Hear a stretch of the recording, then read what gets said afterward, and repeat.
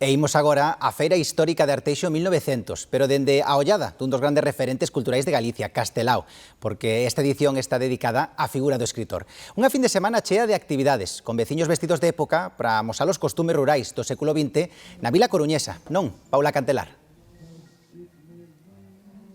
Efectivamente, David. Así, en esta 24 edición desta Festa Histórica de 1900 de Arteixo, vanse ensalzar esos elementos da vida cotiá, da vida rural do século XX, pero a través desa mirada, desa figura de Castelao, aproveitando que fai 75 anos do seu pasamento. Aquí, neste paseo fluvial desta vila coruñesa, podemos atopar moitos elementos, como a peneira, tamén o ferrado, e mesmo cestos. Aquí, de feito, Suso, chegado dende Tui, leva facendo cestos de mimbre toda a mañá, ollo, tamén como ven, berces, e mesmo nestes momentos está facendo unha show para que xoguen os máis cativos e cativas, para as que aquí, nesta feira histórica, tamén hai como cada ano programación pensada. Hai moitas máis novidades este ano nesta 24 edición desta Festa da Historia. Por exemplo, ampliouse a programación con aldeadas, unhas olimpiadas relacionadas coa aldea, no que os participantes poden xogar a cravar un cravo na terra, e tamén hai, como cada ano, o seu clásico mercado onde se poden adquirir xoias artesás, tamén xoguetes de madeira, todo aquilo relacionado co século XX.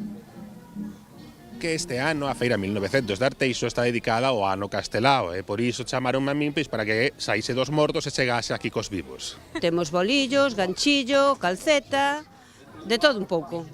Cousas grandes, cousas pequeniñas, de todo. Isto, pois mira, é un aliciente para o pueblo, ven moita xente, ayer estaba isto a barrote.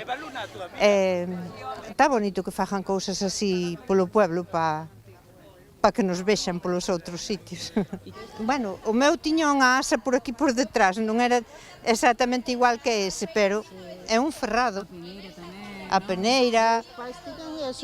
Era a medida que había antes. Claro. Un ferrado, sí. Sí, había medio ferrado e un ferrado. Non sei se había máis, pero medio e un si fijo que o había.